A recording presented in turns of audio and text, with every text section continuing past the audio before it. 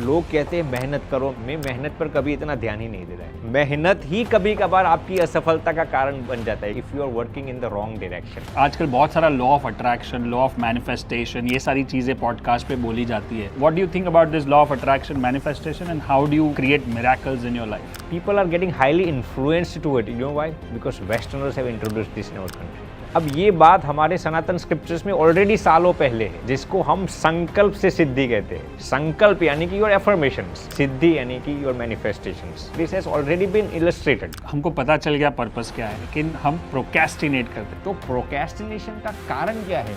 हमें ऐसी ज़रूरत ही महसूस नहीं होती कि इस काम को मुझे क्यों करना चाहिए। हमारे पास वाई नहीं होता, हमारे पास गोल होता है। मुझे अमीर बनना है, क्यों अमीर बनना है? When the why gets stronger, the how gets easier. सबसे बड़ा पाप क्या है? अपनी क्षमताओं पर, अपने सद्गुणों पर विश्वास न रखना, वो सबसे बड़ा पाप है। The most powerful way to increase your physical capacity, your mental capacity and your spiritual capacity is to welcome to Wealth and Beyond podcast. Wealth and Beyond podcast में आपका स्वागत है और इस बार हमारे साथ है एक खास व्यक्ति जो आपको इतना सारा ज्ञान देंगे, जो आपको बहुत सारे आहा मोमेंट होने वाले हैं। और जब मैं इनको पहली बार मिला था और उन्होंने मेरे साथ कुछ 5-6 मिनट बात की और उसमें मुझे लगा कि ये आदमी इतने ज्ञानी है, इनको हमारे पॉडकास्ट पे आना चाहिए। तो प्रस्तुत करते हैं अखंड स्वामी जी हमारे साथ पॉडकास्ट में। और जो इन्होंने बातें बताई है, जो मैंने पहली बार सुनी, इतना कुछ स्टडी और विजडम के बाद भी ऐसे ऐसे बातें बताई, जो मुझे लगता है मैं खुद तो देख ही रहा हूँ, मैं अपने बच्चों को भी बोला कि ये पॉडकास्ट बिल्कुल ज़रूर देखना, क्योंकि बहुत इंपॉर्टेंट है। और मैं आपको भी सजेस्ट करूँगा कि आप भी इसको देखें, शेयर करें और नीचे कमेंट्स में बताएं कि सबसे बेस्ट आपने क्या सीखा। तो चलिए देखते हैं पॉडकास्ट विद अखंड स्वामी जी।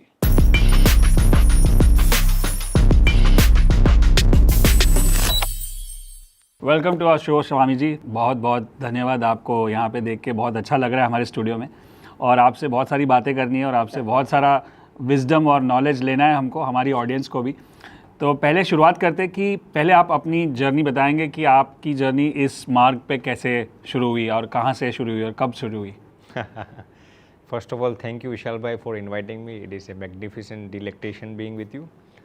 और आपने जो प्रश्न पूछा कि what really inspired me, what really instigated me, तो देखिए विशाल जी, मैं ऐसा मानता हूँ कि भगवान ने हम सभी के जीवन में कुछ ना कुछ, भाग्य विधाता ने कुछ लिखा होता है, जिस कार्य के लिए वो हमें इस पृथ्वी पर भेजते हैं।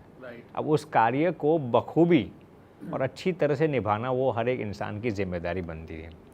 तो हम जब शिकागो में पढ़ते थे न्यूरो साइंस में, तो दिल से मुझे ऐसा लगता था कि मुझे कुछ एक्स्ट्रा ऑर्डिनरी करना है। In psychology, there are two types of personalities, type A personality and type B personality. So I am usually a type A personality guy, meaning I'm very ambitious nature. कुछ ऐसा करना है जो समाज को हम दे सकें निस्वार्थ भाव से। तो पहले विशाल जी मैं ऐसा सोचता कि यदि if I live in grihastha ashram, meaning if you do not initiate monkhood, मुझे अरबोपति बनना है। और अरबोपति बनकर क्या करना है? मुझे ज़्यादा से ज़्यादा पैसा डोनेट करना है समाज की सेवा के लिए। तो ये मेरा मिशन था जब मैं छोटा था, when I was 8-10 years old. फिर धीरे धीरे मेरा इंक्लिनेशन स्पिरिचुअलिटी की और ज़्यादा रुझान ज़्यादा बढ़ने लगा। तो मुझे ऐसा लगा कि देखिए, मुझे सिर्फ पैसा कमाकर डोनेट नहीं करना, मुझे लोगों के जीवन में सकारात्मक तब्दीली भी लानी है। तो when I was in around 12th grade, in US we call it 12th, in India we call it 12th standard. तो तब से मेरा स्पिरिचुअलिटी की ओर ज़्यादा रुझान बढ़ने लगा। फिर जैसे ही मैंने न्यूरो साइंस की पढ़ाई शुरू की शिकागो में, तो मेरा एक मित्र था, नाम उनका नहीं दूंगा, लेकिन he was very extremely smart in studies. परिवार भी बहुत रईस था, माता पिता भाई बहन सब बहुत रईस थे, माने इतने अमीर थे। They had their own private choppers, इतने अमीर थे। अब वो लड़का हमारे साथ न्यूरो साइंस की पढ़ाई कर रहा था। ही वॉज एथियस्ट अनफॉर्चुनेटली, वो नास्तिक था, भगवान पर यकीन नहीं करता था। और यकायक वो कॉलेज में आना उसने बंद कर दिया। तो हमने पूछा कि भाई Y don't you attend college since past few days. He was American, white American.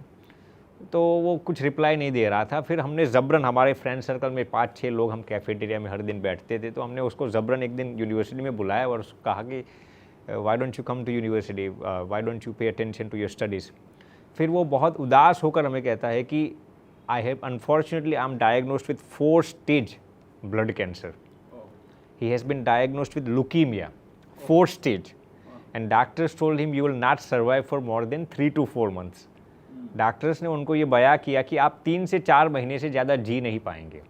इसीलिए स्वाभाविक रूप से यदि आप किसी को देखेंगे, किसी को जब मृत्यु सामने दिखाई देती है और वो भी 22 साल का लड़का, अमीर परिवार से आ रहा था, एक्सट्रीमली स्मार्ट इंजीनियर्स, अब इसको जब उसकी मृत्यु सामने दिखाई देती है तो obviously he will be very melancholic, very sad.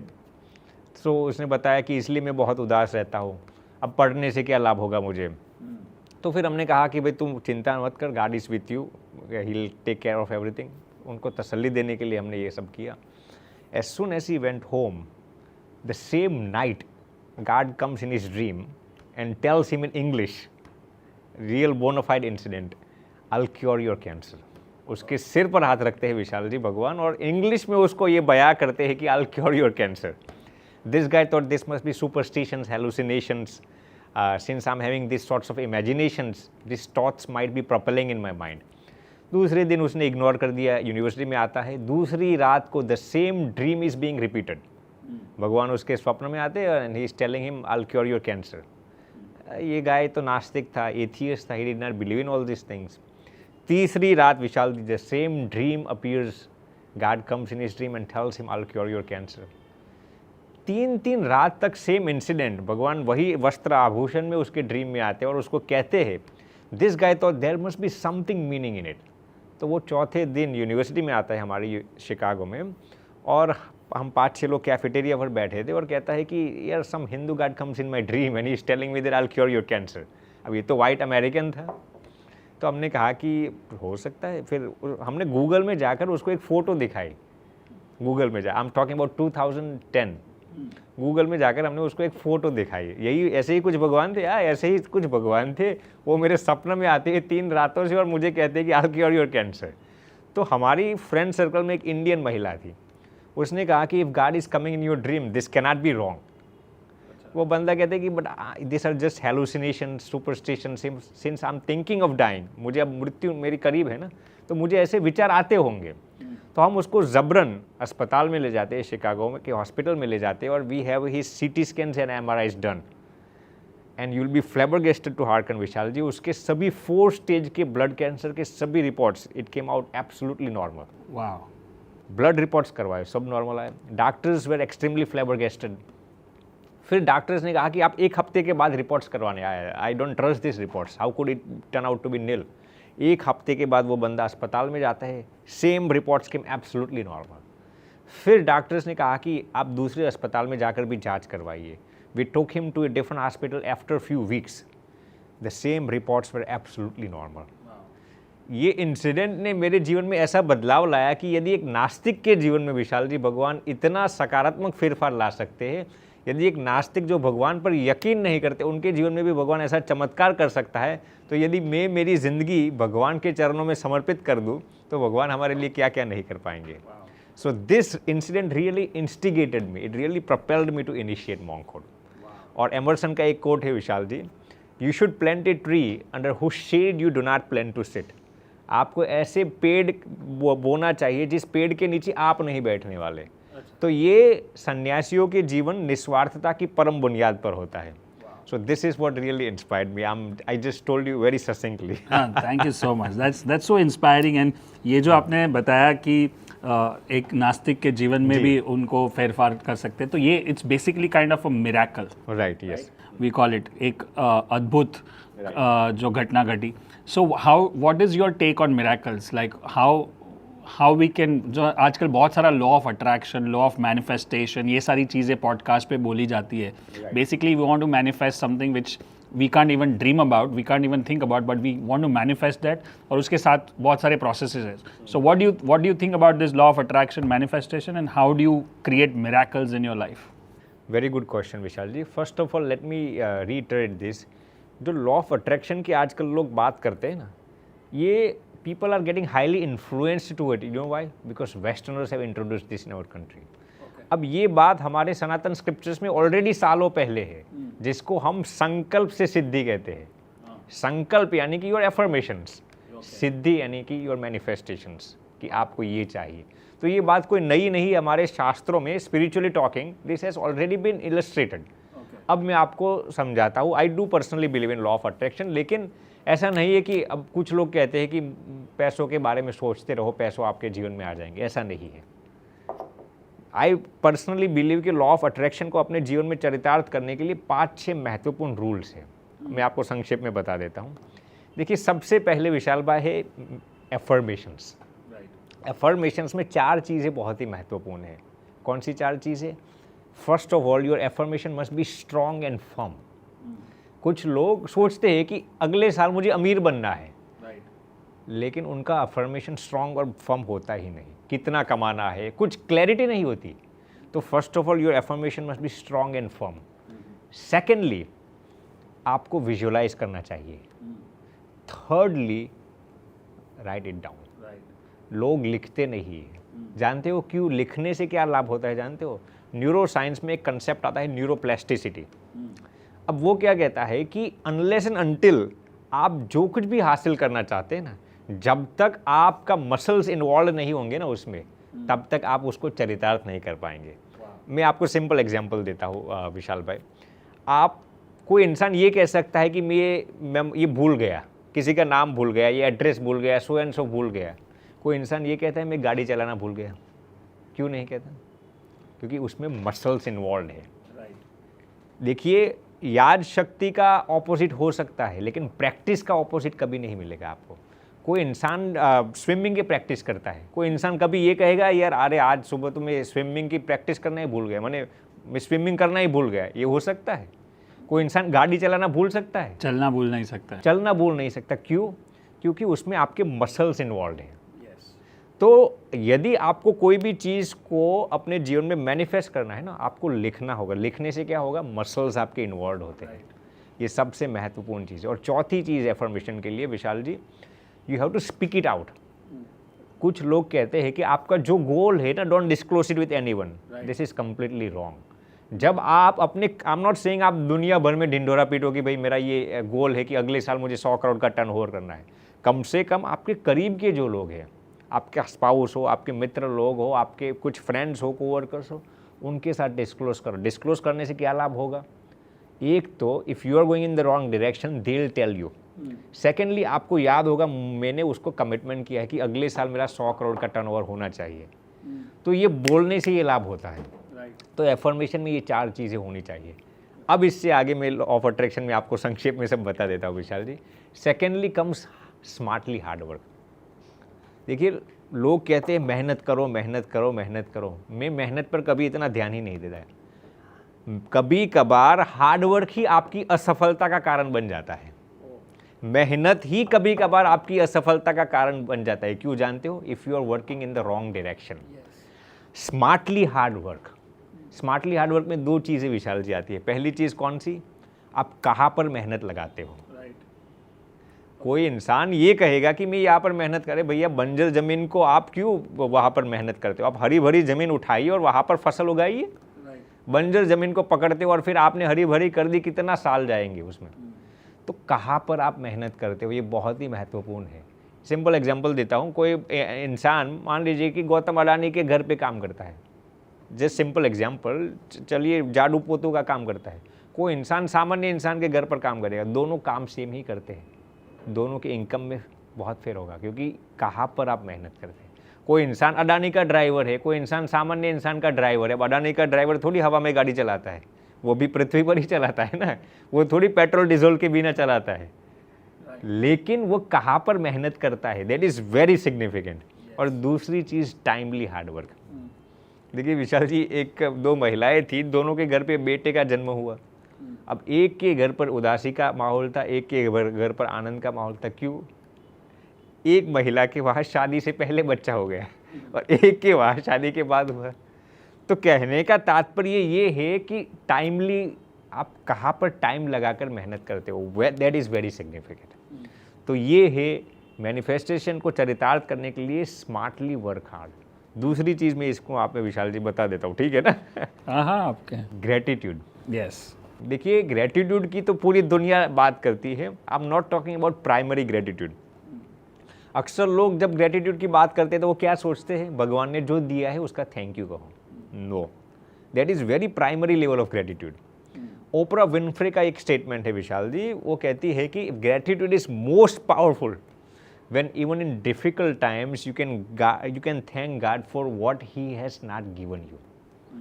मुश्किल समय में भी यदि भगवान ने आपको कुछ दिया नहीं, आपको असफलता दी, दुख दिया, ऐसे समय में भी यदि आप भगवान के प्रति कृतज्ञता व्यक्त कर सकते हैं ना, तो गारंटी के साथ मैं कह सकता हूँ कि इस दुनिया में कोई भी इंसान आपकी तरक्की को रोक नहीं पाएगा। वाह, तो दैट इज़ वेरी डिफिकल्ट विशाल जी। भगवान ने जो दिया है उसके लिए तो पूरी दुनिया थैंक यू कहती है ना, लेकिन मुश्किल समय में थैंक यू कहना ना, वो सबसे महत्वपूर्ण है।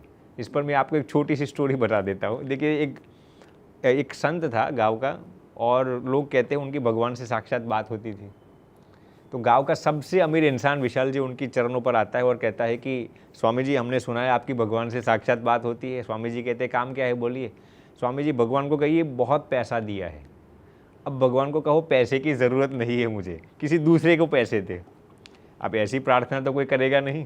स्वामी जी उस रात भगवान से बातचीत करते हैं और कहते हैं कि इस गांव का अमीर इंसान, स्वामी भगवान के लिए आपके लिए प्रार्थना करने के मुझे पैसा मत दीजिए। भगवान मुस्कुराते हुए कहते हैं कि स्वामी जी उस इंसान को कहना कि शुक्र अदा करना बंद कर दे। क्या कहा? शुक्र अदा करना बंद कर दे कल से।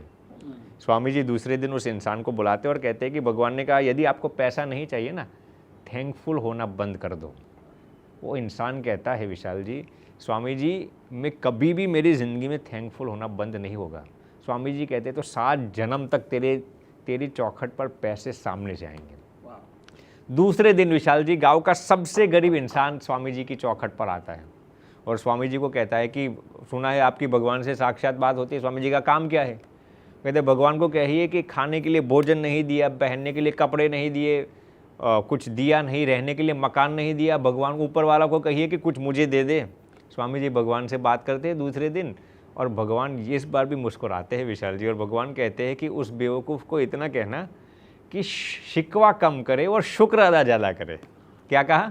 शिकवा कम करे और शुक्र अदा ज़्यादा करे। दूसरे दिन स्वामी जी उस गरीब इंसान को बुलाते हैं और कहते हैं कि भगवान से मेरी बात हो गई और आपके लिए एक मैसेज लेके आया हूँ। भगवान ने क्या कहा? स्वामी जी कहते हैं भगवान ने कहा शुक्र अदा ज़्यादा करो और शिकवा कम करो। फिर वो गरीब इंसान जो कहता है ना, वो हम सबको सुनने जैसा है। गरीब इंसान कहता है भगवान ने मुझे ये नहीं दिया, ये नहीं दिया, ये नहीं दिया, किस चीज़ का मैं शुक्र अदा करूँ? हम भी ऐसी ही शिकायत करते हैं, जब भगवान मुझे देंगे तब मैं शुक्र अदा करूँगा। फिर स्वामी जी उसको कहते हैं कि भगवान ने तुझे 2 हाथ दिए हैं, 2 पैर दिए हैं, 2 आँख दी है, 1 नाक दिया है, दिमाग दिया है, उसके लिए थैंक यू के। वो गरीब इंसान विशाल जी भगवान को, स्वामी जी को कहता है कि इसमें भगवान ने मेरे पर स्पेशल उपकार क्या किया? भगवान ने तो सबको 2 पैर, 2 हाथ, 2 आँखें दी है। यही पर हमारी गलती होती है। भगवान हमें जो देते हैं ना, we take that for granted. बहुत ही समझने जैसी चीज़ है। हम भगवान ने जो जो हमारे जीवन में दिया है ना, हम ऐसा सोचता है ये तो मेरी मेहनत का परिणाम है, ये तो भगवान ने सबको दिया है, इसमें मुझे विशेष रूप से क्या दिया है? यहाँ पर ही हम फेल हो जाते हैं। Wow, that's amazing. तो यही चीज़ है विशाल जी, भगवान ने हमें जो नहीं दिया है ना, उसका भी आप शुक्र अदा करना शुरू कर दो। पैसे जख मार के आपके जीवन में आएंगे। किसी के जीवन की मैं बात करता हूँ। तो ये सबसे बहुत ही महत्वपूर्ण चीज़ है। ग्रेटिट्यूड आप अपने जीवन में चरितार्थ करना शुरू कर दो। वाह, तो इसको अगर आप सम अप करें कि एक लॉ ऑफ अट्रैक्शन मैनिफेस्टेशन को करें, तो सबसे पहले आप उसको फॉर्म रखेंगे और स्पेसिफिक, मतलब what I say is that be very specific कि आपको क्या चाहिए। Second, you need to do smart work, smart hard work, and you need to do time पे स्मार्ट, मतलब सही दिशा में और सही जगह पे और सही समय पे करना है। And last, you have to be more grateful, मतलब you have to be more शुक्रदार करते रहना चाहिए, भले जो भी है आपके पास, जितना भी है, then you get more. So this is the like a small master class on on manifestation। या और बहुत सही कहा आपने, क्योंकि वो टेक्निकली जो अफर्मेशंस करते हैं या ऐसे ही बोल देते हैं सुबह सुबह उठ के, लेकिन अगर उसके अंदर मेरे हिसाब से और एक चीज़ अगर मैं ऐड कर सकता हूँ कि इसको अगर इमोशन के साथ बोले, मैं ऐसे बोल दूँ कि I want to be a millionaire, that's a affirmation, but उसके अंदर कोई इमोशन नहीं है। उसको जब मैं फील करके बोलता हूँ, मेरे पूरे बॉडी को, पूरे माइंड को, पूरे इमोशंस को इन्वॉल्व करके बोलता हूँ, that's when your subconscious mind gets the message. So that could be one more thing we can be about law of affirmation and law of attraction. Next question मेरा ऐसा रहेगा कि आजकल एक होता है स्पिरिचुअलिटी और एक होता है मटीरियलिज्म। लाइक पैसा भी चाहिए मेरे को, स्पिरिचुअल भी है चाहिए, स्पिरिचुअलिटी भी चाहिए, और दोनों का बैलेंस चाहिए। लेकिन कहीं कहीं पे शायद ऐसा है कि अगर मैं ज़्यादा स्पिरिचुअल हूँ तो मुझे मोह माया पैसा नहीं चाहिए, और अगर मैं ज़्यादा मॉनेटरी टर्म्स में सोचता हूँ, हमेशा पैसे पैसे सोचता हूँ, तो ये आदमी बहुत लालची है, इसको अपने पे मतलब he doesn't believe in God और he doesn't believe in spirituality. Can we have both at the same time? Materialism and spirituality, बिल्कुल। देखिए, कोई भी शास्त्र में ऐसे एक बार भी नहीं लिखा कि यदि आप स्पिरिचुअल हो गए तो आपको मटेरियलिज्म माने पैसा नहीं कमाना चाहिए। ऐसा एक भी बार स्पिरिचुअलिटी में ऐसा लिखा नहीं है। देखिए, इसमें महत्वपूर्ण चीज़ क्या है विशाल जी, आप कोई भी चीज़ क्या करते हैं ना, उससे कोई लेना देना नहीं, आप कौन सी इंटेंशन से करते हो। कोई इंसान यदि अमीर बनना चाहता है, उसका मकसद ये है कि चलिए मैं अपने फैमिली के लिए भी करूँगा, अपने के लिए भी करूँगा, लेकिन मेरा एक मकसद दूसरों की भलाई करना भी है। तो पैसा कमाना भी पुण्य का काम है ना। If you are utilising for the noble cause, वो आपका मेटेरियलिज्म नहीं रहा, अब वही आपकी स्पिरिचुअलिटी है। तो भगवान श्री कृष्ण ने जो गीता जी में कहा है कि आपके एक एक कर्म को आपको भक्ति रूप बनाना है।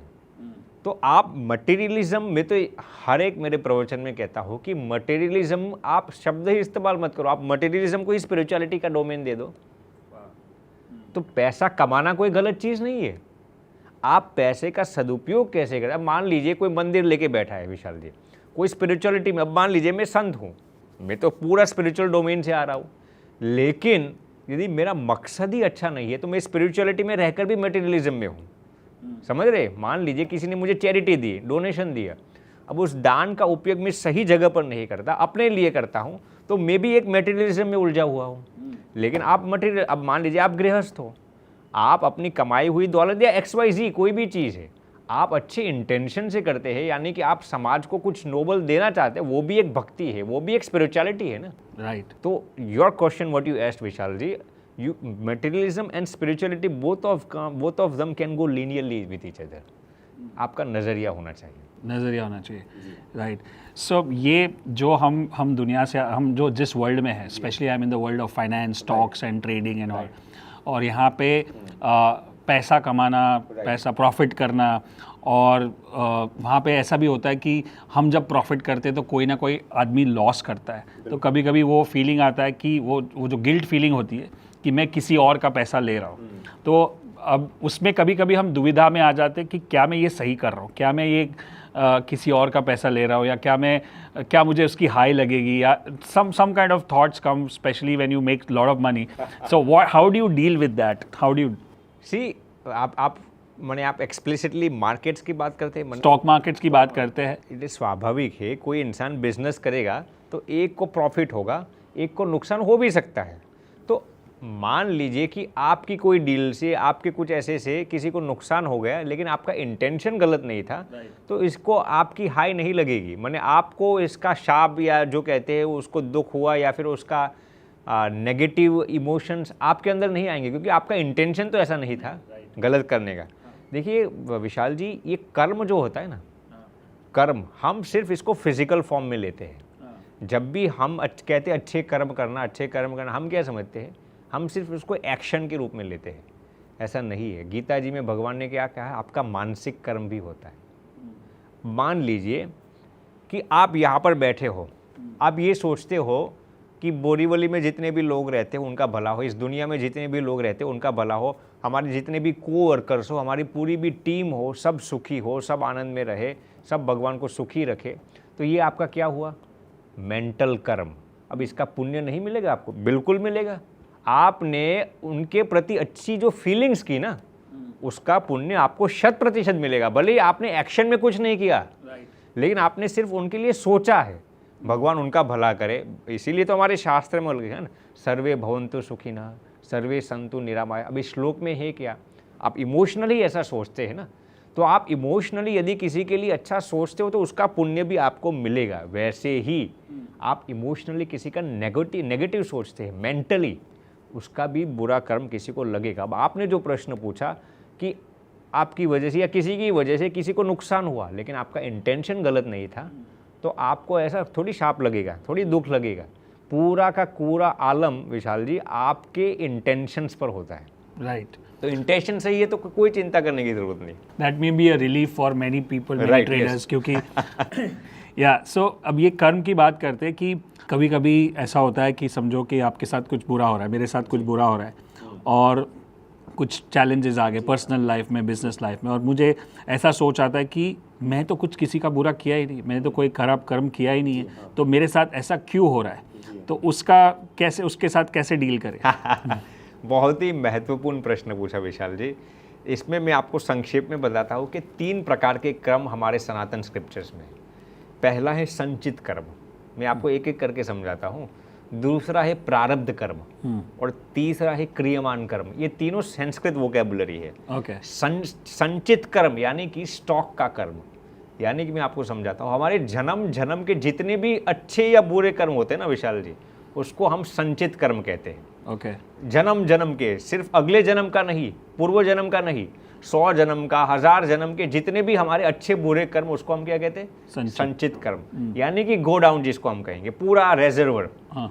अब प्रारब्ध कर्म किसको कहते हैं हम? सिर्फ हमारे पूर्व जन्म के कर्म, पिछले जन्म के कर्म, वो अच्छे या बुरे। अब हमने आपने शब्द सुना होगा डेस्टिनी, सद्भाग्य, गुड लक, वो सब क्या है? हमारे पूर्व जन्म के अच्छे कर्म। अच्छे कर्म को ही हम गुड लक कहते हैं, डेस्टिनी कहते हैं, सद्भाग्य है, किस्मतवान है, वो सब पूर्व जन्म के अच्छे कर्म को। पूर्व जन्म के खराब कर्म होंगे उसको हम क्या कहेंगे? दुर्भाग्य, बैड लक, बैड डेस्टिनी, जो कुछ भी आपको कहना है। तीसरा हुआ क्रियमान कर्म। अब क्रियमान कर्म क्या है विशाल जी? इस जन्म में जो हम अच्छे या बुरे कर्म जो करते हैं ना, क्रियमान संस्कृत वो क्या है? उस क्रियमान यानी कि ऑन गोइंग। ओके। फिलहाल हम जो अच्छे या बुरे कर्म करते हैं उसको हम क्रियमान कर्म करते हैं। राइट। अब आपने जो प्रश्न पूछा कि मान लीजिए इस जन्म में तो कोई किसी के साथ चीटिंग नहीं करता, अच्छे कर्म करते हैं, फिर भी हमारे साथ गलत क्यों होता है? कोई इंसान चलिए इस जन्म में सब खराब करता है, फिर भी करोड़पति बनता जा रहा है, इसका क्या कारण? तो इसका जवाब मैं आपको एक स्टोरी के जरिए समझाता हूँ। एक गांव में एक संत थे विशाल जी, और उनके 2 शिष्य थे। 2 शिष्य थे, वैसे तो हजारों शिष्य थे, लेकिन 2 शिष्य उनको हर दिन मिलने के लिए आ रहे थे। इसमें एक जो शिष्य था ना विशाल जी, वो हर रात को गलत काम करने के लिए जा रहा था। माने ये पुराने ज़माने में वो सब तवायफ के पास जाना, शराब पीना, ऐसा सब काम कर रहा था। एक शिष्य जो था वो सत्संग के लिए, भजन सुनने के लिए गांव में जा रहा था। दोनों एक रात को अपने अपने वो कार्यक्रम में जाकर वापस घर पे आ रहे थे। एक जो भक्त था वो भगवान का भजन करके रात को वापस आ रहा था। उसको रास्ते में विशाल जी एक बड़ी कील, जो खिला होता है ना, वो नेल जिसको इंग्लिश में कहते हैं, वो उसके पैर में लग गया और सीवियर ब्लीडिंग होने लगा। कील जो होती ना, कील इतना घुस गया उसके पैर के अंदर और बोन तक चला गया अंदर, सीवियर ब्लीडिंग होता था। बहुत ही दुखी हो गया और शिकायत करने लगा, यार मैं तो सत्संग सुन के आ रहा था, मेरे जीवन में ऐसा क्यों हुआ? उसकी पत्नी ने कहा कि कल तुम्हारे गुरुदेव को पूछना। और जो इंसान गलत काम करके आ रहा था ना विशाल जी, वेश्याओं के पास जा रहा था, मूवीज देख, मैंने XYZ शराब भी क्या रहा था, उसको रास्ते में एक छोटी सी सोना मोहर मिल गई, सब गोल्डन कॉइन्स मिल गए। और इतने पैसे मिल गए, मैंने इतने पैसे मिल गए, वो तो बहुत सोचने लगा, अरे यार देखिए आप क्या करते हो उससे कोई लेना देना नहीं, मैं तो खराब काम करके हर रात को आ रहा हूँ, फिर भी भगवान ने मुझे सोना मोहर दे दी, तो ये अच्छा बुरा कर्म कुछ होता ही नहीं। उसने ऐसा सोच लिया। जिस इंसान को पैर में वो कील लग गई थी ना, वो नेल लग गया था ना, वो दूसरे दिन अपने गुरुदेव के पास आता है और गुरुदेव को कहता है कि वो इंसान खराब काम करके आता है हर रात को और भगवान ने उसको सोना मोहर दे दी, और मैं इतने अच्छे कर्म करके आता हूँ और भगवान ने मुझे कील चुभा दी। ये भगवान का अन्याय है। यही आपका प्रश्न था ना? यस। तो फिर स्वामी जी जो उसको कहते हैं ना, वो हम सबको हमारे जीवन में उत्कीर्णन करने जैसा है विशाल जी। स्वामी जी ने ये कहा कि बेटा तू इस जन्म के कर्म को देखता है, तू तुम्हारे या उसके पूर्व जन्म के कर्म को देखता है, तू सिर्फ क्रियमान कर्म को देखता है।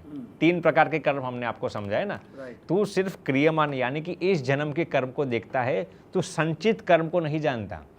बेटे तुमने पूर्व जन्म में इतने बुरे कर्म किए हैं ना कि कल रात तुम्हारी मृत्यु लिखी हुई थी। क्या लिखा था? मृत्यु लिखी हुई थी तुम्हारे कुंडली में।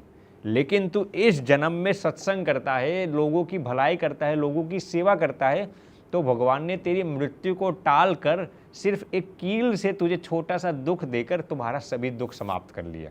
अब तू तो यही सोचता है कि यार मुझे तो कील लग गई, तुझे ये तो मालूम नहीं कि आज तुम्हारी मृत्यु लिखी गई थी और वो भी खून होने वाला था तेरा। लेकिन भगवान ने वो सब दुख टाल कर सिर्फ एक छोटी सी कील से तेरा दुख ठीक कर दिया। और वो जो इंसान जो गलत काम करके हर रात को आ रहा है ना, आज उसके भाग्य में एक बड़ा राजा बनने का लिखा हुआ था। क्या? राजा बनने का लिखा हुआ था। लेकिन भगवान ने इस जन्म में वो सब गलत काम करता है, वो सभी पुण्य को नष्ट करके सिर्फ एक छोटा सा सोना मोहर दे दिया और उसके अच्छे कार्यों का फल उसको दे दिया। अब तू तो यही सोचता है कि इस जन्म में ये करता हूँ, इस जन्म में वो खराब काम करता है। दोनों एक दूसरे के पूर्व जन्म के कर्म नहीं जानते ना। पूर्व जन्म में उस बंदे ने इतने अच्छे कर्म किए थे कि आज वो राजा बनने वाला था, लेकिन भगवान ने उसने इस जन्म में खराब कर्म किए तो उसके सभी पुण्य को नष्ट करके सिर्फ सोना मोहर दे दी। तो ये बात है विशाल जी, हम सिर्फ इस जन्म के कर्म को देखते हैं, हमें हमारे संचित कर्म को भी देखना पड़ेगा ना, हमारे पूर्व जन्म के भी कर्म को देखना पड़ेगा ना। Right, yes. एक्चुअली मेरा सवाल, दूसरा सवाल वही था, लेकिन जिसका आंसर आपने ऑलरेडी दे दिया। फिर से एक बार मैं पूछता हूँ कि 3 तरह के कर्म है, संचित कर्म और पूर्व जन्म के कर्म और क्रियमान। तो अब मैं आज के तारीख में मेरा संचित कर्म पे कोई प्रभाव या कोई इफेक्ट, मैं उसको कंट्रोल नहीं कर सकता हूँ, पूर्व जन्म के भी कंट्रोल नहीं कर सकता हूँ, तो मेरे कंट्रोल में अभी खाली करंट है। बट पिछले वाले जो भी है, समझो कि कुछ तो खराब है या कुछ तो बुरे है, उसको अगर ठीक करना है तो that I think I already got the answer, but I would love to again कि इस जन्म में जहाँ से आपको सद्बुद्धि आए वहाँ से आप अच्छे कर्म करना शुरू करो, तो वो भी नेगेट होते जाएंगे और आगे आपको उसका रिजल्ट मिलेगा। देखिए, आपने बहुत ही अच्छा प्रश्न पूछा विशाल जी। यदि आपको पूर्व जन्म के खराब कर्मों को ठीक करना है तो क्या उपाय है? राइट। इसमें 2 उपाय है विशाल जी, शास्त्रों में जो लिखा है। एक चीज़ तो ये है, मान लीजिए ये कप है, ठीक है, अब इसके अंदर हवा भरी हुई है, इसको निकालना है तो मुझे क्या करना पड़ेगा? कुछ और भरना पड़ेगा। ये पानी में यदि ऐसे डालता रहूँगा, पूरा भर दूंगा, तो जितना पानी में भरता हूँ उतनी हवा बाहर निकलती है। वैसे ही मान लीजिए यह हवा, एयर यानी कि हमारे पूर्व जन्म के गलत कर्म, पानी यानी हमारे पूर्व जन्म के अच्छे, इस जन्म के अच्छे कर्म। आप जितने अच्छे कर्म अंदर डालते रहेंगे ना, इतनी ही वो हवा इसी जन्म में बाहर निकलती आएगी। तो इस जन्म में यदि आप दूसरों की भलाई करेंगे, दूसरों की निस्वार्थ भाव से सेवा करेंगे, तो आपके सभी पूर्व जन्म के गलत कर्म नष्ट होते जाएंगे इसी जन्म में। दूसरी चीज़ ये है कि आप भगवान का नाम स्मरण कीजिए। एक स्पिरिचुअल मॉन्क होने के नाते मैं आपको थोड़ा स्पिरिचुअलिटी की ओर ले जाता हूँ। तो भगवत नाम स्मरण में विशाल जी इतनी ताकत है कि कोई भी इंसान के कोई भी गलत कर्मों को नष्ट करने का सामर्थ्य रखता है।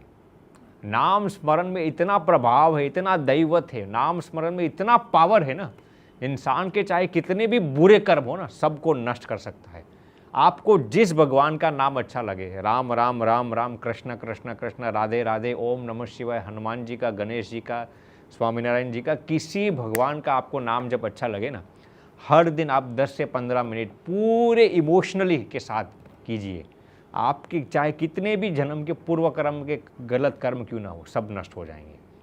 तो 2 उपाय है, एक नाम स्मरण और एक आप अच्छे कर्म करते जाइए। अब आपका, हर एक इंसान का प्रकृति अलग अलग होती है। किसी को नाम स्मरण करना अच्छा लगता है तो नाम स्मरण कर लीजिए, किसी का अंग सेवा का है तो आप सेवा कर लो। तो ये 2 उपाय है Vishal ji. Oh great, that's a great solution to our past karmas. अब अगर मुझे समझो, जैसे आपने बताया कि एक तो जप करते हैं, जैसे आपने नाम लिया, और एक सेवा करते हैं, तो सेवा करना है, कुछ डोनेट करते हैं, कुछ देते हैं। अब जिस इंसान, आप डोनेशन किस किस तरह के हो सकते हैं? जैसे मैं समझता हूँ कि अगर मेरे पास पैसा है तो मैं पैसा डोनेट कर सकता हूँ, लेकिन अगर मेरे पास ज्ञान है, जैसे मैं काफ़ी सारे यूट्यूब वीडियोस करता हूँ, जैसे ये पॉडकास्ट भी एक ज्ञान है, तो व्हाट इज़ द वे? कभी कभी लगता है अरे मैं पहले खुद तो कमाऊँ फिर कुछ दूंगा। बिल्कुल सही बताएं, देने के लिए मेरे पास है ही नहीं। So what are the ways we can donate? What are the things which we can donate? बहुत ही अच्छा प्रश्न पूछा विशाल जी। देखिए, धन का डोनेशन करना यानी कि पैसों का डोनेशन करना वो तो सिर्फ एक छोटा सा माध्यम है। शास्त्रों में सबसे बड़ा दान क्या कहा गया है? ज्ञान का दान देना, वाह, नॉलेज का दान देना। तो यदि आप दूसरों को नॉलेज का दान देते हो ना, वो भी एक सबसे बड़ा दान है। लोग जब दान की बात करते हैं ना विशाल जी, सिर्फ इतना ही सोचते हैं, पैसों का दान देना। टाइम का भी दान दे सकते हो आप। मान लीजिए आपने किसी भी इंसान को अपने जीवन का 10 मिनट दे दिया और उस 10 मिनट से उसके जीवन में सकारात्मक तब्दीली आई है, तो टाइम का डोनेशन देना भी एक बड़ा डोनेशन है। समय का दान दे सकते हैं, ज्ञान का दान दे सकते हैं, आपकी इमोशंस का दान दे सकते हैं। फॉर एग्जांपल, हम नीचे से आ रहे हैं, फॉर एग्जांपल नीचे कोई वॉचमैन बैठा होगा, आप उसको सिंपल से मुस्कुराहट दे देते हैं। अब वो इंसान तो जो है वही है, उसको लगेगा बॉस ने मुझे मुस्कुराहट दे दी। अब हमें मालूम नहीं है कि हमारी छोटी सी स्माइल उसके जीवन में क्या तब्दीली लाएगी। राइट। लेकिन हमारी छोटी सी स्माइल भी उसके जीवन में बहुत बड़ा फेरफार। हम जब शिकागो में पढ़ते थे विशाल जी, तो हमारे एक बहुत बड़े प्रोफेसर थे। अब पूरी यूनिवर्सिटी में इतने फेमस थे क्योंकि कई रिसर्च ऑर्गेनिक केमिस्ट्री में वो कर रहे थे। अब उन्होंने मुझे एक दिन ये बात बताई कि पूरे कॉलेज में सभी स्टूडेंट्स उनके मुरीद थे, क्योंकि इतने पावरफुल थे रिसर्च में। कई रिसर्च करते थे, आज भी कई रिसर्च करते हैं। वो हमें बता रहे थे कि मेरी एक मुस्कान से कई स्टूडेंट्स के अंदर इतनी ऊर्जा आ जाती है, तो जब भी कोई स्टूडेंट उनको पर्सनली मिलने जा रहे थे ना, वो क्या कर रहे थे, स्माइल देकर उनकी पीठ थपथपा देते थे। तो ये भी एक बड़ा डोनेशन है ना। आपकी एक स्माइल मात्र से भी किसी को ऊर्जा मिलती है, पॉजिटिविटी मिल जाती है, तो ये कितना बड़ा डोनेशन है। तो ऐसे कई प्रकार के डोनेशन है, कोई भी प्रकार से आप कर सकते हैं। शारीरिक डोनेशन कर सकते हैं। मान लीजिए कि आपने किसी की शारीरिक सेवा कर ली, सब अलग अलग प्रकार। आपने किसी के लिए प्रार्थना कर ली, चलिए आप उसको मिले नहीं है, आप मेंटली किसी के लिए अमेरिका में बैठे बैठे, भारत में बैठे उसके लिए प्रार्थना करते, ये भी एक डोनेशन है। समझ रहे मेरी बात को?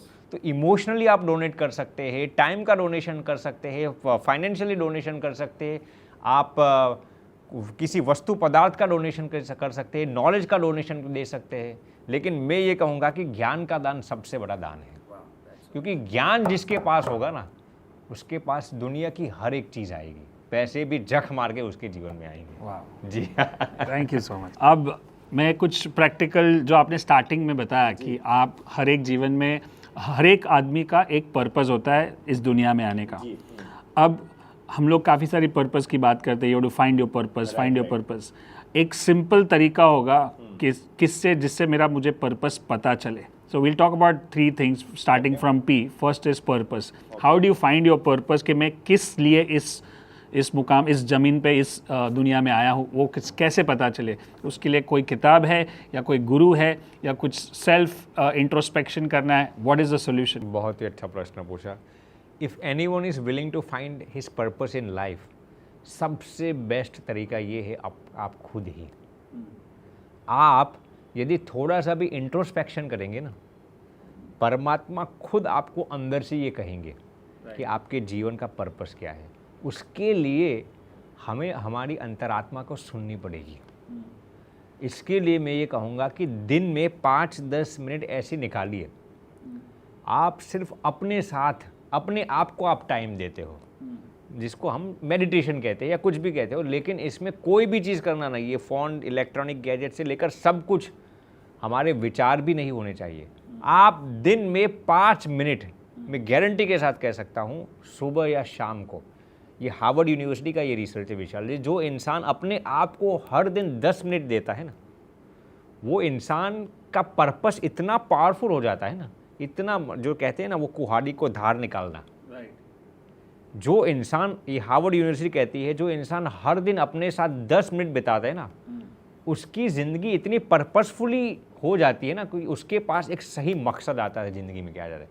तो सबसे नायाब तरीका ये है कि आप अपने साथ समय बिताइए, आपके सभी पर्पस क्लियर हो जाएंगे। वाह, ग्रेट।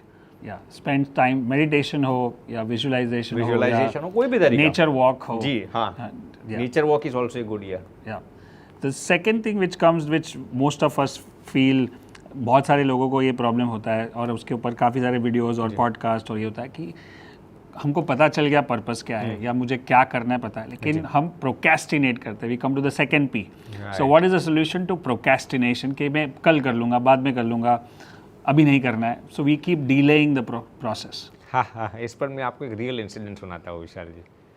देखिए, आपने गिर तो नाम सुना होगा, सासन गिर गुजरात में है. हाँ, वहाँ पर क्या, it's known for Lions, Lions, शेर आते हैं ना. तो एक गांव का एक वो जो होता है ना, जो खेती का काम करता था, उनको हम एक बार मिले थे गिर में. तो मैंने उनको पूछा कि आपके जीवन में शेर का कोई रियल एग्जाम्पल है आपके जीवन में, जैसे आपके जीवन में शेर का आमना सामना हो गया हो. वो कहते हैं स्वामी जी हमारे जीवन में तो ऐसा कई इंसिडेंट्स, हम तो हमारे गांव में रहते हैं तो हफ्ते में 2-3 बार शेर हमारे घर से ही गुजरते हैं. तो मैंने कहा कि आप मुझे एक ऐसी इंसिडेंट बता दो जो लाइफ थ्रेटनिंग हो गई हो, यानी कि शेर आपके आमने सामने आ गया है और आपको जीवन मृत्यु का सवाल हो गया हो. अब वो भैया की उम्र थी शायद 60 साल की, सी 60, और थोड़े से वो आलसी थे.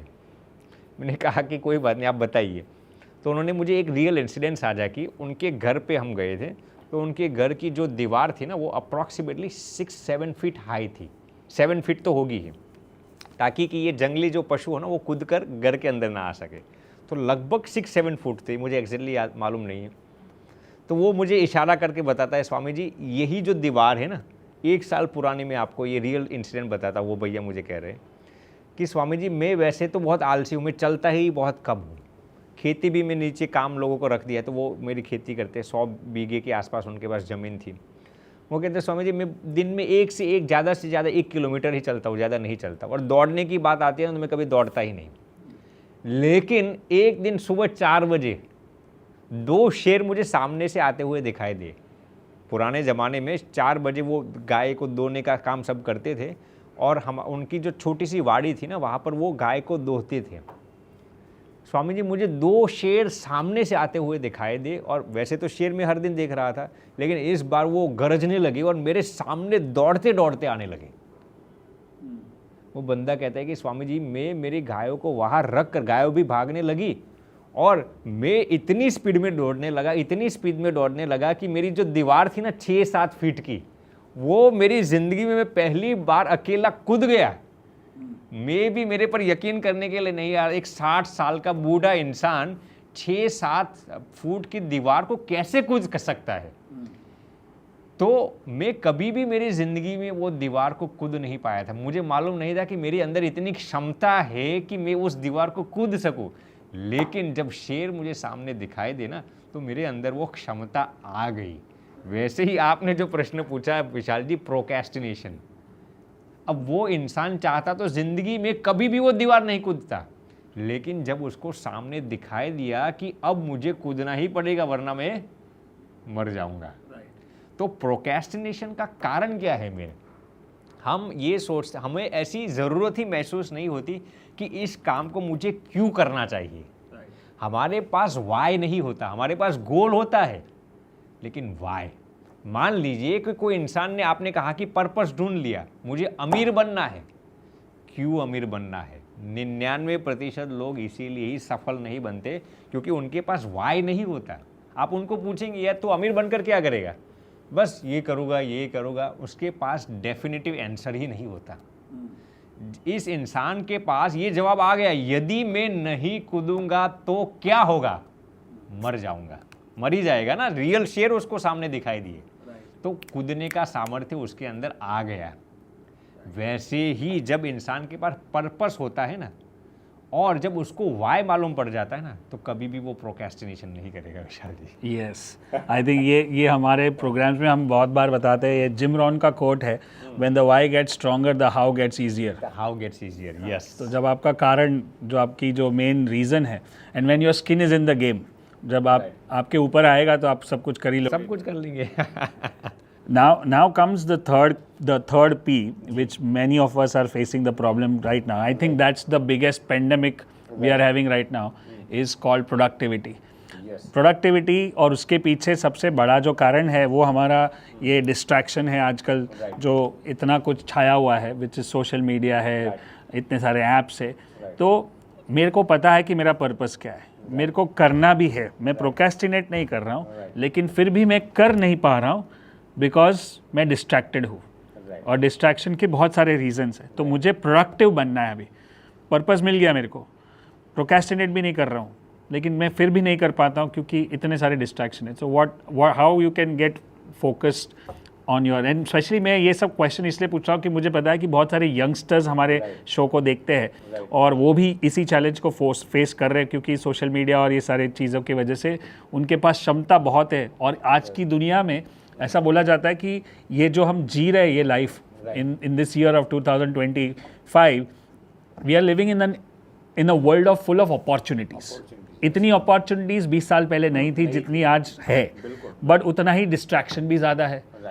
तो अब अपॉर्चुनिटीज़ को हासिल करने में और उसको ग्रैब करने में और प्रोडक्टिविटी को बढ़ाने में और डिस्ट्रैक्शंस को कम करने में, what could be a trick, what could be the, मैं आपको इसमें 2-3 सिंपल सी ट्रिक्स विशाल जी बता देता हूँ। सबसे पहले तो आपको क्या नहीं करना, वो जो आपकी प्रोडक्टिविटी को नाश कर देता है, नॉट टू डू।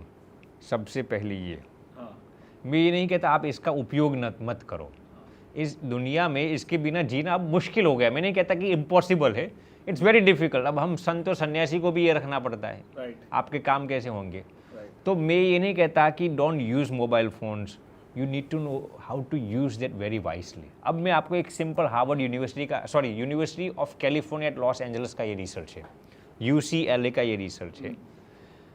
UCLA का रिसर्च ये कहता है कि जब आपका मोबाइल फ़ोन, अब मान लीजिए मैं आपको सिंपल एक्टिविटी दे रहा हूँ, आप पढ़ते हो, आप टेबल पर बैठकर खा रहे हो, सिंपल एग्जांपल राइट।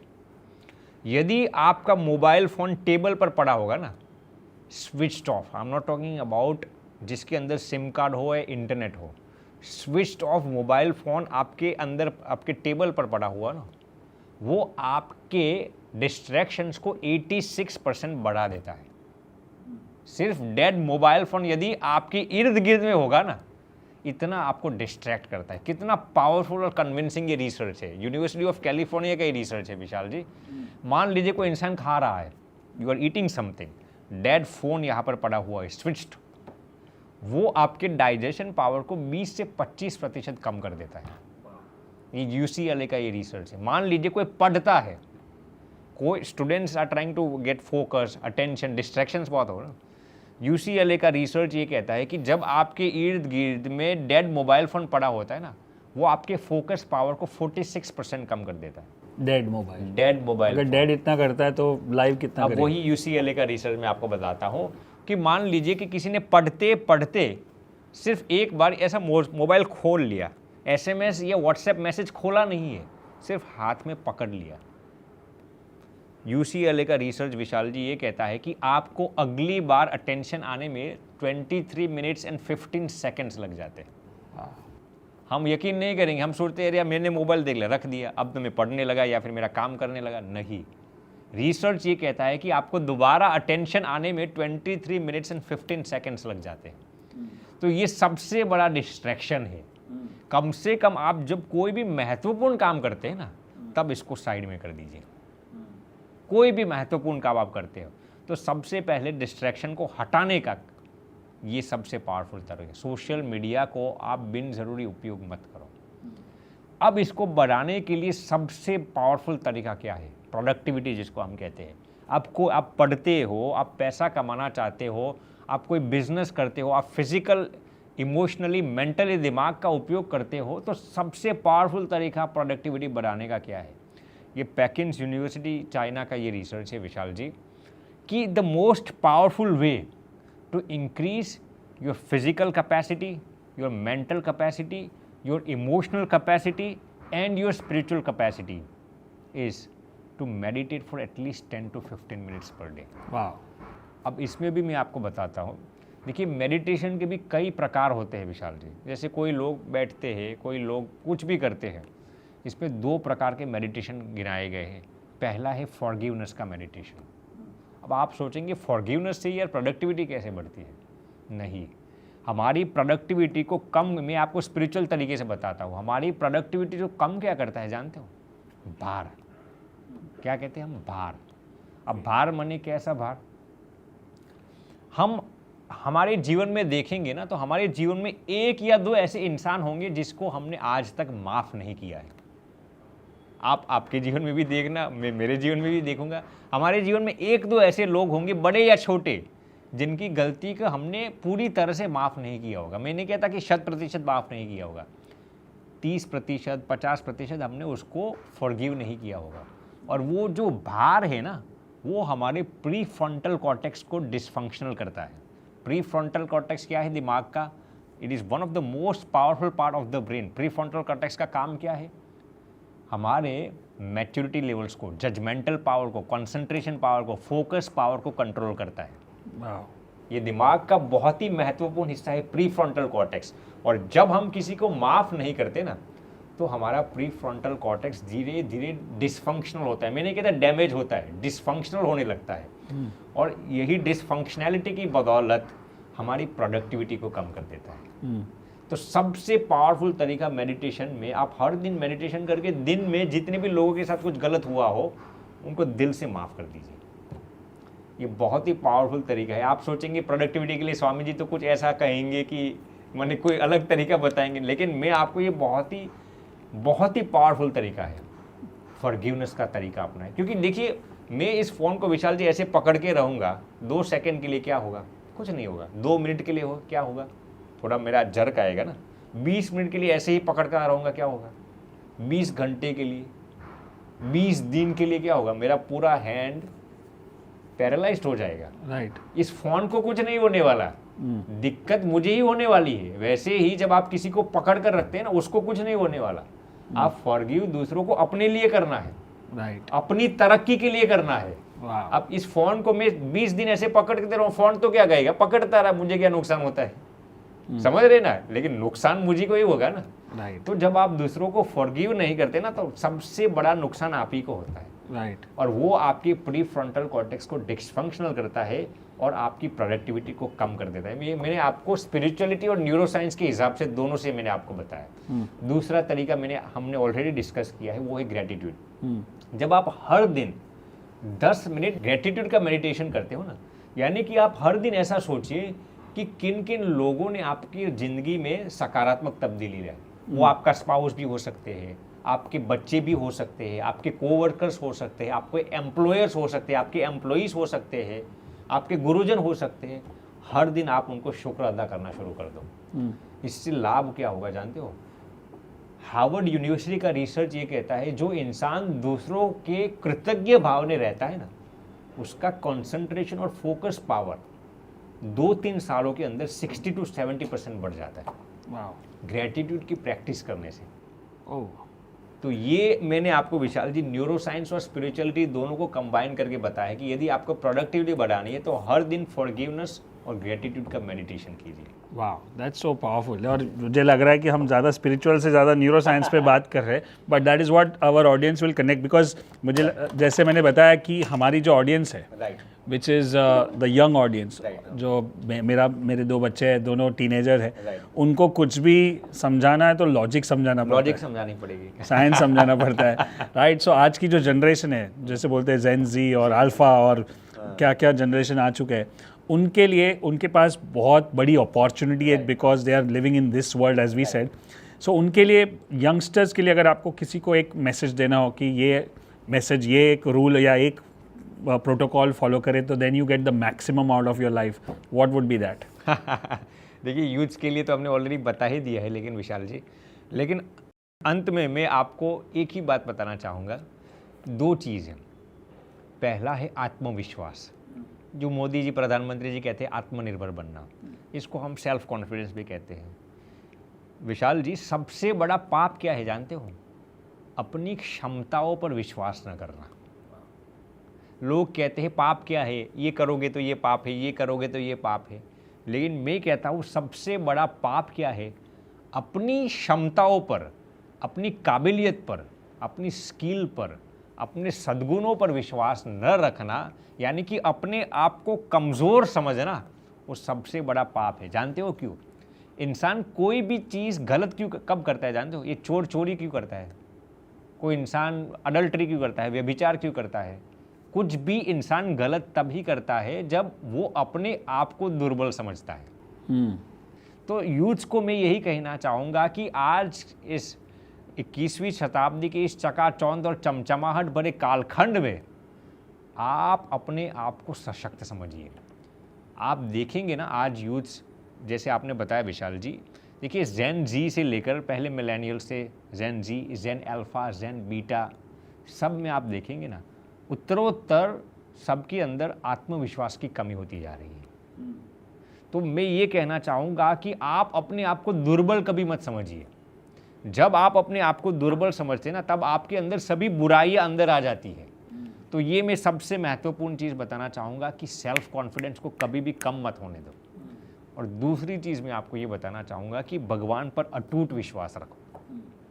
आप जिस भगवान को मानते हो, जहाँ पर भी आपकी श्रद्धा हो, जहाँ पर आपका लगाव हो, प्रेम हो, विश्वास रखिए। इस पर मैं आपको छोटी सी कहानी बता देता हूँ विशाल जी। देखिए एक छोटी सी लड़की थी 10 साल की, वो अपने पिताजी के साथ रास्ते में जा रही थी सड़क पर, और दे वर गोइंग बाय वॉकिंग। अब 8-10 साल की बच्ची थी, 10 साल की होगी शायद। अब रास्ते में एक छोटा सा वृक्ष पड़ा हुआ था, एक छोटा सा पेड़ पड़ा हुआ था, तो रास्ता उनका थोड़ा ब्लॉक हो गया। तो लड़की कहती है अपने पिताजी को, पिताजी क्या मैं इस वृक्ष को हटा दूँ? पिताजी कहती है हाँ हटा दे। लेकिन बेटी कहती है पिताजी मेरे अंदर इतनी ताकत नहीं है कि मैं इस वृक्ष को कैसे हटा सकूँ। तो पिताजी उसको एक वाक्य कहते हैं, पिताजी उसको विशाल जी कहते हैं कि बेटी तेरे अंदर जितनी भी ताकत है ना, सब लगा दे, ये वृक्ष हट जाएगा। लड़की कहती है पिताजी लेकिन मैं कैसे हटा पाऊंगी इतने बड़े वृक्ष को? पिताजी कहते हैं बेटे तेरे पास जितनी भी ताकत है ना, सब लगा दे, मैं गारंटी के साथ कह सकता हूँ इस पेड़ को तू अकेली हटा देगी। लड़की ने आधे घंटे तक मेहनत की विशाल जी, कुछ हिला नहीं पाई। पिताजी कहते बेटी तेरे पास जितनी भी शक्ति है ना, सब लगा दे। लड़की नहीं हटा पाई। फिर उसके पिताजी उसको कहते हैं कि बेटी मैंने तुझे क्या कहा, तेरे पास जितनी भी शक्ति है ना, सब लगाना है। फिर पिताजी उसको कहते बेटी क्या मैं तुम्हारी शक्ति नहीं हूँ? यदि तूने मुझे कहा होता तो मैं भी तुम्हारी एक शक्ति हो ना, मैं एक हाथ से उस पेड़ को पकड़कर साइड में डाल देता। लेकिन तूने क्या सोचा, मेरी शक्ति सिर्फ मैं हूँ। तो वैसे ही विशाल जी भगवान हमें क्या कहते हैं, तुम्हारी शक्ति तुम अकेले नहीं हो, तुम्हारा परिवार भी तुम्हारी एक शक्ति है। तुम्हारे बच्चे, तुम्हारे पिताजी, तुम्हारी माताजी, तुम्हारे इर्द गिर्द के लोग, तुम्हारे कोवर्कर्स, तुम्हारे एम्प्लॉयर्स, तुम्हारे एम्प्लॉइज, और मैं खुद भगवान भी तुम्हारी एक शक्ति हूँ। यदि आप किसी गोल को प्राप्त करना चाहते हैं, और आज सबसे बड़ी गलती विशाल जी यूथ्स की क्या होती है, वो अकेले मेहनत करते हैं। आप अपने जितने भी मित्र हो भगवान की सहायता की लीजिए ना। उस लड़की ने जैसे ही अपने पिताजी की सहायता ली, पिताजी के लिए तो वो छोटा वृक्ष था, उन्होंने एक हाथ में पकड़कर साइड में डाल दिया। यदि वो लड़की पूरे दिन मेहनत करती ना, मुश्किल से थोड़ा हिला पाती। तो कहने का तात्पर्य ये है कि आप भगवान पर अटूट विश्वास रखो। आप इस दुनिया में जो भी चीज़ प्राप्त करना चाहते हैं ना, सब आपकी चौखट पर आएगा। एक अपने आप पर विश्वास रखो और एक परमात्मा पर विश्वास रखो। वाह, राइट। सो और एक सवाल है, बहुत सारे सवाल निकल रहे हैं मेरे पास, बट और एक सवाल है जो मैं यूजुअली सबको पूछता हूँ, क्योंकि एक होता है फॉर्मल एजुकेशन जो हम स्कूल कॉलेज में पढ़ते हैं, और एक होता है सेल्फ एजुकेशन जो हम अपने आप पढ़ते हैं। आजकल इतने सारे पॉडकास्ट, इतने सारे कोर्सेज और प्रोग्राम्स, और how important is a role of a coach or a mentor or a guru or a guide? What do you think, and how do you find a right one? Okay, meaning you're talking about spiritual coach or no, overall समझो कि आज मुझे business बढ़ाना है, तो मैं खुद करने जाऊंगा तो मुझे टाइम लगेगा, बट अगर मैं किसी एक कोच को हायर करता हूँ जो जिसने ऑलरेडी बिजनेस बढ़ाया है, जो बिजनेस कोचिंग करता है, जैसे आप स्टॉक ट्रेडिंग करता हूँ, मैं स्टॉक ट्रेडिंग की कोचिंग करता हूँ क्योंकि मेरी बहुत लंबी जर्नी रही है, तो मैं लोगों को अच्छे से सिखा सकता हूँ कि उनकी जर्नी लंबी ना हो और वो जल्दी से इस रास्ते पे आ सके। सो हाउ इम्पॉर्टेंट, मेरे पास भी बहुत सारे कोचेस हैं, मैं बहुत सारे प्रोग्राम्स और सेमिनार्स और वर्कशॉप्स अटेंड करता हूँ आज की तारीख में भी, तो मुझे लगता है बहुत ज़रूरी है। आप क्या सोचते हो कि कितना ज़रूरी कोच है और कैसे एक राइट कोच को ढूंढा जाए? बहुत ही, देखिए सबसे पहले तो आपने पूछा कि कोच को ढूंढना कितना महत्वपूर्ण है। बहुत ही महत्वपूर्ण है। आप कोई भी फील्ड को उठा लीजिए, स्पिरिचुअलिटी को उठा लीजिए, आपको गुरु होना चाहिए। आप बिजनेस करते हो, पढ़ते हो, जब तक आपके जीवन में कोई गाइड, मार्गदर्शक नहीं होगा ना, तब तक आपको 1000 गुना मेहनत ज़्यादा करनी पड़ेगी। मैं ये नहीं कहता कि अनिवार्य है, इट इज़ मैंडेटरी, लेकिन यदि आप नहीं ढूंढेंगे, आपके जीवन में कोई एक कोच नहीं होगा, बिजनेस कोच या कोई भी, आपकी मेहनत 1000 गुना ज़्यादा बढ़ जाएगी। तो it is very significant that you have coach in your life, whether it is your business coach, financial coach, family coach, XYZ, आप पकड़ लीजिए कोई भी फील्ड को, सबसे महत्वपूर्ण है। दूसरी चीज़, how do you find a right coach in your life. अब इसको मैं आपको संक्षिप्त, देखिए यदि आप स्पिरिचुअल कोच को ढूंढते हैं, मैं आपको पहले स्पिरिचुअल कोच ही बता देता हूँ। तो स्पिरिचुअल कोच को कैसे ढूंढे, स्पिरिचुअल गुरु जिसको हम कहते हैं, तो एक छोटी सी कैरेक्टरिस्टिक है, क्या वो इंसान आपको अपने साथ जोड़ता है या भगवान के साथ। ये स्पिरिचुअल कोच की मैं बात करता हूँ कि कोई भी आप गुरु को देखते हैं, 3 प्रकार के स्पिरिचुअल गुरु होते हैं। पहले क्या होते हैं, भगवान के नाम पर सब अपना कर लेते हैं, जिसको हम पाखंडी, सेल्फ स्टाइल्ड गॉडमैन कहते हैं, या ऐसा जो कुछ भी आप नाम, प्रचार भगवान का करेंगे लेकिन अंदर से अपना ही करेंगे, तो ये तो फेक गुरु हो गए। दूसरे क्या हो गए, प्रचार भगवान का करेंगे, 50-50 भगवान का, 50-50 अपना, इसको भी आप सेमी फेक ही कहेंगे। तीसरे और सही गुरु कौन है, जो प्रचार भगवान का करते हैं और वाकई वही चाहते हैं कि लोग मेरे साथ नहीं भगवान के साथ ही जुड़े। वो लोगों को अपने साथ नहीं जोड़ेंगे, परमात्मा के साथ जोड़ेंगे, इसको रियल स्पिरिचुअल गुरु कहते हैं। अब हो गई ये बात स्पिरिचुअल गुरु की। दूसरे गुरु को आप कैसे ढूंढेंगे, बिजनेस कोच या कोई भी। देखिए अब ये पूरी संसार विशाल जी, अब आप किसी को ढूंढते हो, कोई भी पैसा तो लेगा आपके पास। मैं ये नहीं कहता कि वो आपको कितना सस्ता पड़ता है, ये कभी मत सोचो। पहले तो आप उस गुरु के अंदर काबिलियत देखो। बिजनेस कोच या कोई भी हो, इसके पास स्किल क्या है, इसके पास नॉलेज क्या है, वो खुद एक्सपीरियंस कितना है, पहले उसके खुद की जीवन की आप तरक्की देखो। मान लीजिए बातें करता है, लेकिन आज तक इसी ने किसी को यहाँ से यहाँ नहीं पहुँचाया, आप करेंगे क्या। तो पहले आप उसके खुद के एक्सपीरियंस को देखो, खुद की काबिलियत देखो, और फिर उसको आप अपने जीवन में इम्प्लीमेंट करो, बिजनेस कोच या कोई भी हो। तो ये सबसे महत्वपूर्ण चीज़ है कि उसके जीवन में कितनी उसने सफलता हासिल की है, वो सबसे महत्वपूर्ण चीज़ है। He has to walk the talk. He has to walk the talk, yes. Yes, right. Thank you so much. अब बहुत सारे और भी सवाल आ रहे हैं, मुझे लगता है इसका पार्ट 2 ज़रूर करना चाहिए। आज मुझे लगा कि बहुत सारी चीज़ें हमने डिस्कस की, जिसमें स्पिरिचुअलिटी से लेके पर्पस, प्रोडक्टिविटी, प्रोक्रेस्टिनेशन, यस, और बहुत सारी बातें की। So thank you so much for all the lovely answers which you gave, and मुझे पक्का पता है कि इस पॉडकास्ट को बहुत सारा रिस्पांस मिलेगा, क्योंकि इसमें बहुत सारा विजडम है। और आपको भी लगता है कि अगर यहाँ पे आपने बहुत कुछ सीखा है, तो मुझे नीचे कमेंट्स में बताया कि what was the best aha moment of your life, and would you like to have a part 2 with Swami ji, so that we can call him again for second podcast also. Thank you so much for being on a show. भी बहुत बहुत धन्यवाद विशाल जी, हमें भी बहुत प्रसन्नता हुई, और आप भी प्रश्न यूं ही एकदम पूछ लेते हैं। Thank you so much.